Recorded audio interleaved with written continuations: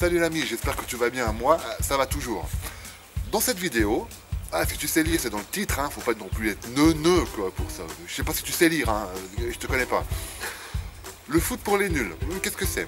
C'est pour ça que j'ai demandé à un de mes amis, Stéphane Tirelli, ouais, parce que je te dis, je suis pas très grand fort, ça veut rien dire, on s'en bat les couilles, sur le foot. Alors, viens Stéphane, il va t'expliquer ce que c'est le foot. Allez, je te laisse parler quoi. Allez, Bon, vas-y. alors, le football, c'est un sport qui se joue avec un ballon. Hein, c'est un mot anglais, football. Alors le ball, au gardien de but, faut y foot. T'as compris jusque-là? Donc d'accord. Alors le football, c'est un sport qui se joue avec un ballon. On prend deux équipes, donc de 11 joueurs, une équipe à 11 joueurs et l'autre équipe à 11 joueurs. Si possible, tu mets pas les mêmes couleurs de maillot. Hein, des bleus contre des rouges, c'est mieux parce que si tu mets jaune contre jaune, c'est un peu le bordel, tu sais plus à qui tu passes ton ballon. D'accord? Pour ce qui est des règles, alors, une touche. Une touche, c'est quand par exemple un joueur met le ballon hors des limites du terrain. Donc, le joueur adverse prend le ballon et fait ce qu'on appelle une touche. Il doit passer le ballon derrière la tête, comme il faut, et l'envoyer comme ça. Comme ça. Ballon derrière la tête, parce que si en plus tu lèves les talons ou t'es pas bien derrière la tête, l'arbitre il donne la touche aux autres. Donc c'est ce qui s'appelle une touche. Hein. Après, t'as compris. Après, il y a une deuxième chose, c'est un corner. Alors, t'as compris, hein? Neuneux. Pas sûr. Pas sûr. Après, alors t'as ce qu'on appelle un corner, hein, ou un coup de coin, comme on dit en Suisse. C'est-à-dire que quand le ballon, quand un joueur d'une équipe met le ballon derrière ses buts, donc derrière la limite de ses buts, il donne la possibilité au joueur adverse de shooter le ballon depuis le coin du terrain, donc ce qui s'appelle un corner. Voilà. Il y a un drapeau, et c'est là que tu dois poser le ballon pour shooter ton corner. Voilà. Ensuite, il y a le hors-jeu. Le hors-jeu, c'est quoi? Le hors-jeu, c'est par exemple c'est une position quand les attaquants sont sur la même ligne, parce qu'on est toujours 3 attaquants ou 2 attaquants sur la même ligne, et qu'il y a les défenseurs. Donc si tu es devant les défenseurs adverses, puis que tu démarres ton action à partir de là, tu es hors-jeu. Voilà. Voilà. C'est pas plus dur.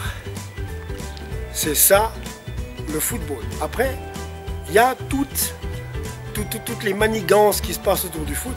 Donc il faut savoir que c'est devenu un sport hyper médiatisé, qui fait des millions de chiffres d'affaires en droits télévisés, avec les publicités. C'est pour ça qu'il y a des publicités sur les maillots, derrière les maillots, sur le cul, partout. Ouais, sur la tronche bientôt. Bientôt, ouais. Et puis, il y a vraiment beaucoup d'argent dans le football. Les grands joueurs sont payés des millions par mois. Le joueur le plus cher payé, c'est Neymar, le joueur brésilien, avec 222 millions de transferts de Barcelone à Paris, et ça va encore augmenter ces prochaines années, donc c'est bizarre, il y a toujours de l'argent par million à foison pour le football, mais pour donner à bouffer aux gens, il n'y a pas de rond. Donc ouais, c'est un peu bizarre. Tu vois, j'entends à Paris, par exemple, à Paris ou à Barcelone ou n'importe où, il y a des gens qui sont dans la rue qui n'ont pas à manger, mais par contre, alors, à Barcelone ou à Madrid ou à Paris ou à Munich ou où tu veux, dans ces grandes villes où il y a des grands clubs, par contre, ils arrivent à donner des 120 millions à un gars, mais si tu prends ces 120 millions et puis que tu commences à créer des endroits où tu pourrais donner à manger à ceux qui n'en ont pas, ou à créer des endroits où les SDF peuvent aller dormir au chaud, ça serait quand même mieux que de les donner à un gars qui shoot dans un ballon, non? Mais non. Existe, hein, ça. Mais sauf qu'il faut payer. En Suisse, par exemple, à Yvermont, par exemple, il faut payer une thune pour qu'un SDF aille dormir quelque part où il fait chaud. T'imagines la connerie, quoi. Une thune. Voilà. Pas déconner, quoi. Voilà. Donc voilà.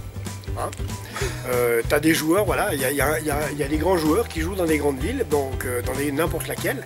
Il y a des centaines de milliers de... qu'il y a des milliers de gens qui vivent dans la pauvreté puis qui dorment dans des cartons. Mais dans cette même ville, il y a un gars qui vient d'on ne sait pas où, puis qui est payé 20 millions ou 3 millions par mois pour jouer au foot. C'est un peu disproportionné. Puis ça, pour tout le sport, la connerie humaine n'a pas de limite. Donc on n'est pas là pour parler de ça, on était là pour parler du football. Donc, on est nul, je le répète. Voilà, c'est un peu neuneux, on sait jamais. Je vous ai juste expliqué les règles. Ah oui, puis il faut un arbitre aussi. Hein. Ah oui, il faut l'arbitre. Ou deux, ça dépend quoi. Oh, maintenant on en est à 5. 5. Mais ouais, c'est un peu c'est un peu comme à la commune, il y en a un qui sait lire, l'autre qui sait écrire, puis l'autre qui sait parler. Non, ça fait 3. Hein. Oui, d'accord. Non mais là maintenant ils sont 5. Ils sont 5. Je t'explique, avant il y avait un arbitre. Qui courait partout. Qui regardait le jeu. Et puis tu avais, deux juges de touche, hein, pour savoir qui est la touche, donc, qui se promène avec un drapeau.